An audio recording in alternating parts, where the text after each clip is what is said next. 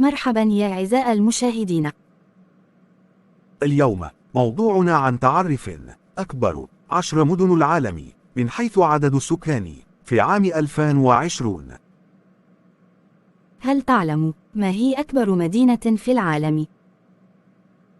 جواب: هي مدينة طوكيو. تربعت طوكيو على قمة أكبر مدن العالم من حيث عدد السكان في عام 2020 بعد أن تجاوز عدد السكان بها حاجز 37.3 مليون نسمة.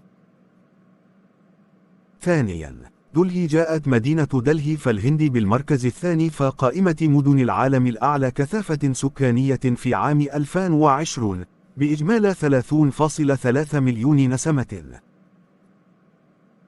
ثالثاً، شانغهاي اقتنصت مدينة شنغهاي المركز الثالث في قائمة ترتيب أكبر مدن العالم من حيث عدد السكان خلال 2020 بإجمال 27.1 مليون نسمة.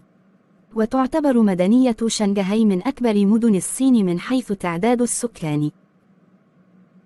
رابعاً، ساو باولو حصدت مدينة ساو باولو البرازيلية المركز الرابع في ترتيب أكبر المدن العالمية من حيث عدد السكان خلال 2020 بإجمال 22 مليون نسمة تقريباً. خامس، مدينة مكسيكو. تمكنت مدنية مكسيكو العاصمة الفيدرالية للمكسيك من اقتناص المركز الخامس في قائمة ترتيب أكبر مدن العالم من حيث عدد السكان خلال 2020. وبلغ عدد سكان مدنية مكسيكو وفقا لبيانات الأمم المتحدة 21.8 مليون نسمة.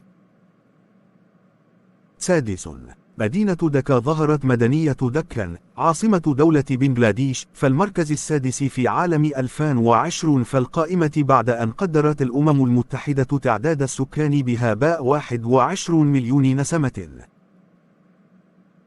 سابع، القاهرة. وصل عدد سكان مدنية القاهرة عاصمة جمهورية مصر العربية خلال 2020 إلى 20.9 مليون نمسة، لتحتل بذلك المركز السابع في القائمة.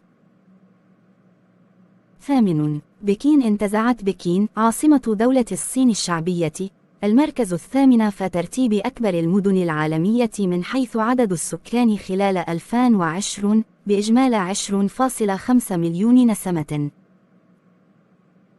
تاسع، مومباي. حلت مدنية مومباي الهندية في المركز التاسع في قائمة أكبر مدن العالم من حيث عدد السكان في 2020 بإجمال 20.4 مليون نسمة. عاشر، أوساكا. جاءت مدينة أوساكا اليابانية في المركز العاشر في ترتيب أكبر مدن العالم من حيث عدد السكان في عام 2020 بإجمال 19.2 مليون نسمة. شكرا لمشاهدتكم ومتابعتكم. أتمنى تستفيدون من هذا المعلومات.